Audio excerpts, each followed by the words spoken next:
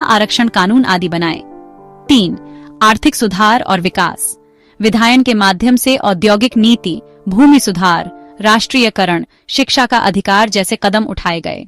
4. सामाजिक बुराइयों का उन्मूलन। सती प्रथा उन्मूलन अधिनियम 1819, बाल विवाह प्रतिषेध अधिनियम 1919, दहेज प्रतिषेध अधिनियम 1951, घरेलू हिंसा अधिनियम 2005, ये सब विधायन के ही परिणाम हैं। 5. मानवाधिकारों की रक्षा। मानव अधिकार संरक्षण अधिनियम 1999, सूचना का अधिकार अधिनियम 2005। 6. लचीला और भविष्य की आवश्यकताओं के अनुसार।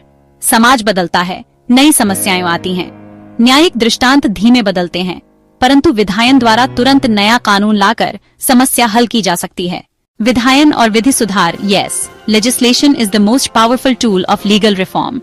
न्यायालय केवल पुराने कानून की व्याख्या कर सकते हैं, नया कानून नहीं बना सकते। सामाजिक न्याय और सुधार के लिए जब जब बड़े परिवर्तन हुए, वह विधायन द्वारा ही संभव हुए।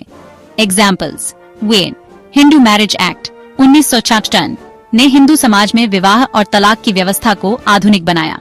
2. Indian penal code amendment 2013, Nirbhaya case के बाद महिलाओं की सुरक्षा के लिए बलात्कार और यौन अपराधों के कानूनों को कड़ा किया। 3.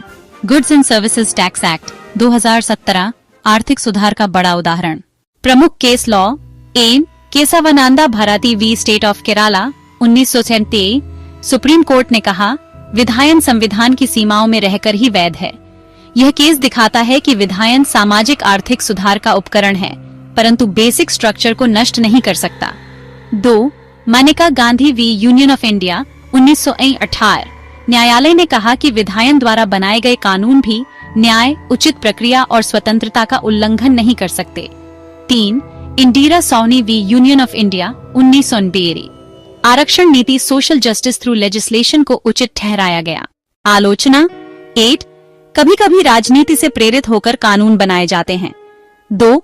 अधिक संख्या में संशोधन होने से कानून अस्थिर हो जाता है। 3. विधायन को सही ढंग से लागू करना बड़ी चुनौती है। निष्कर्ष: स्पष्ट है कि कल्याणकारी राज्य में विधायन ही विधि का सबसे प्रभावी और सशक्त स्रोत है।